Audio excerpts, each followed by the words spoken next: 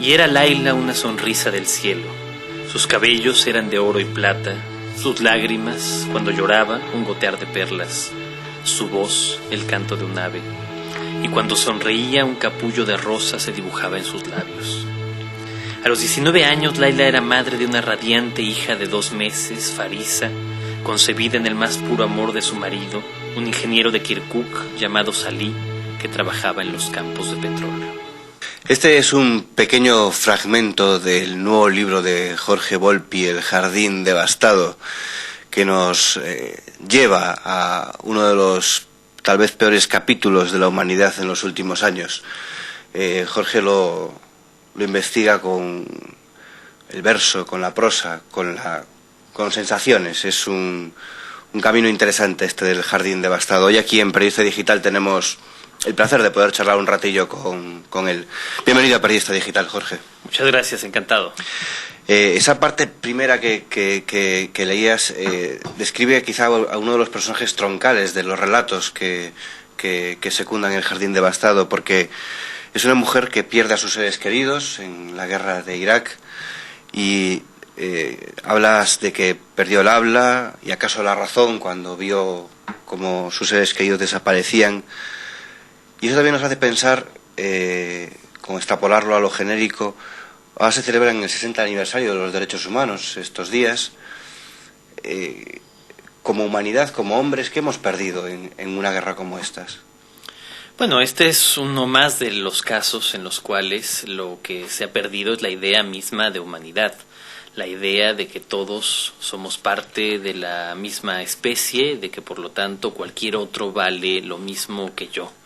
En este aspecto, ese fue un capítulo más de esa empresa errada de querer imponer la democracia como si esto fuera una salvación extraída de la nada en un lugar en donde había ya una propia tradición política y donde evidentemente más allá de la dictadura de Saddam Hussein había también pues la voluntad de una transformación interna más allá de esta imposición desde fuera. Pero que ya había, cada país lleva su propio proceso, ¿no? Cada región del mundo.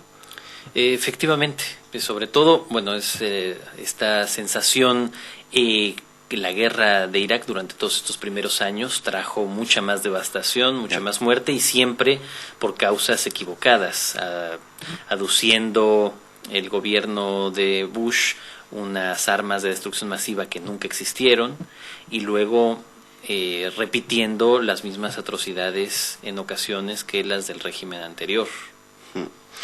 En otro de los pasajes del libro escribes que para el enemigo eres una cifra, el precio de una idea, y los tuyos desconfían de una mujer que viaja sola e ignora sus dictados.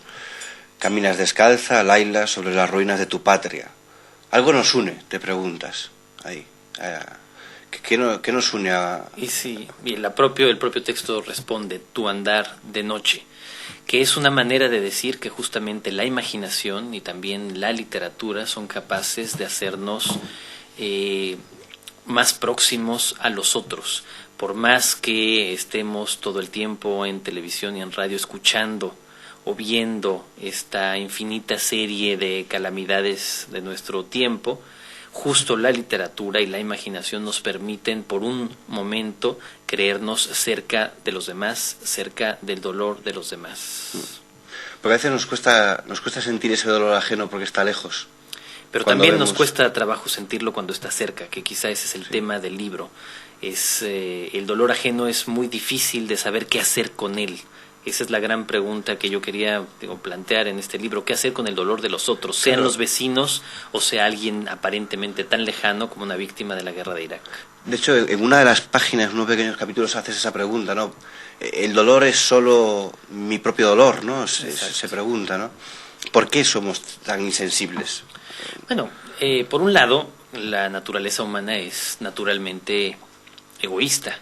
El egoísmo está inscrito en nuestros genes, como sabemos desde Richard Dawkins y su idea del gen egoísta. Sí. Pero es cierto que esta época, los últimos 20 años que hemos vivido, ha exacerbado enormemente el egoísmo propio de la naturaleza humana. Esta idea neoliberal de que solamente viendo por nosotros mismos eventualmente la riqueza terminará por alcanzar a los demás. Era una forma muy cómoda de preocuparse solo cada quien de su propio bienestar. La caída del muro de Berlín trajo consigo el descrédito, desde luego, de los regímenes comunistas, pero con él también el descrédito aparejado de ideas como igualdad o solidaridad, que terminaron durante estos 20 años en muy segundo plano frente a la idea de libertad. Y creo que ahí está una de las claves de por qué nuestra época es más egoísta que otras. Porque queremos más la libertad No, propia, sin pensar en la del otro.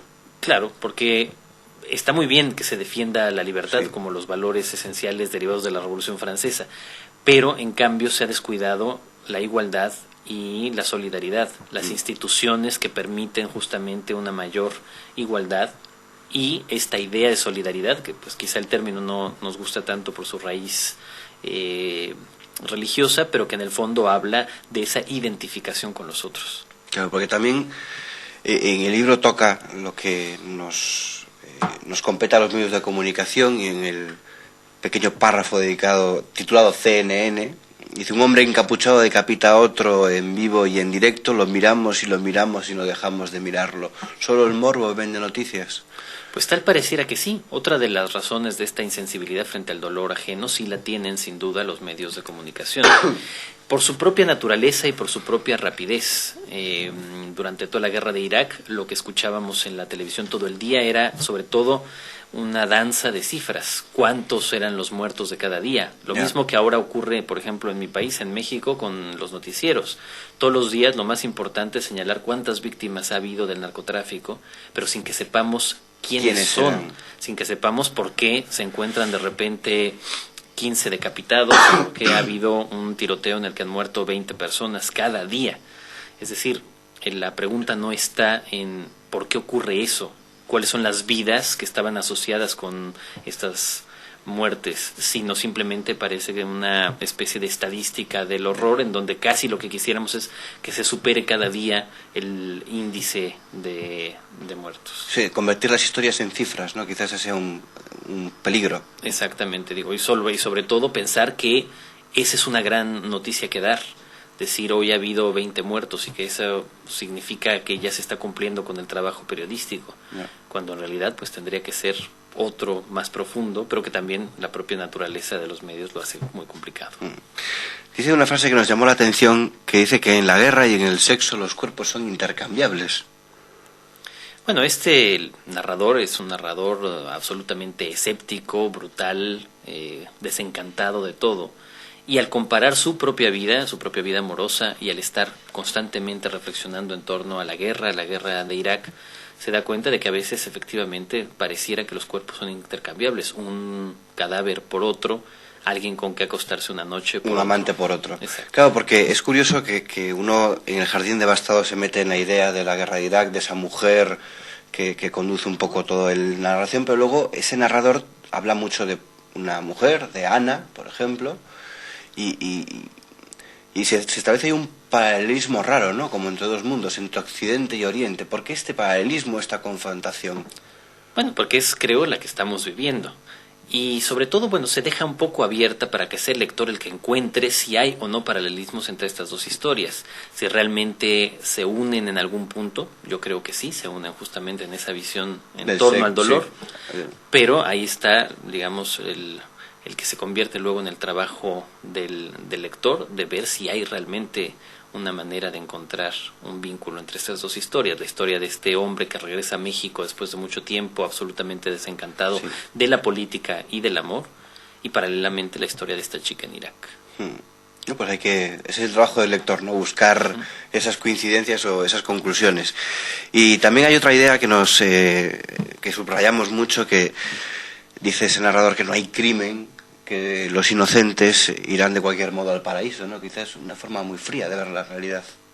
Claro, sobre todo es esa forma atroz, inscrita en una religión llevada al extremo como el Islam, en el cual efectivamente quienes están cometiendo estos atentados no creen que estén haciendo algo malo, es una ética distinta, y eso es lo que lo hace justamente quizá tan perverso.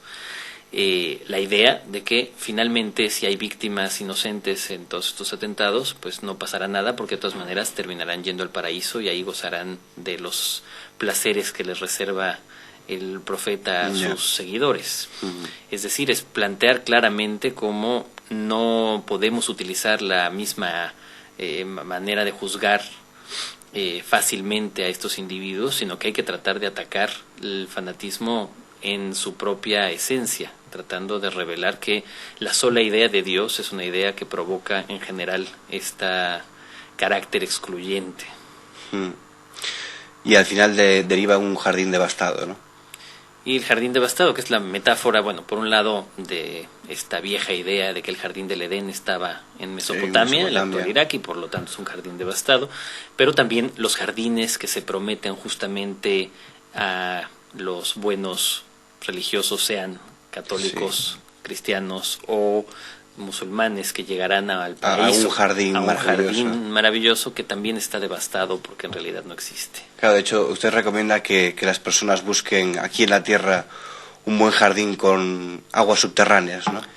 Sería mucho mejor, exacto, que cada quien cultive su propio jardín casero en lugar de estar actuando con la mira puesta en ese supuesto jardín ultraterreno.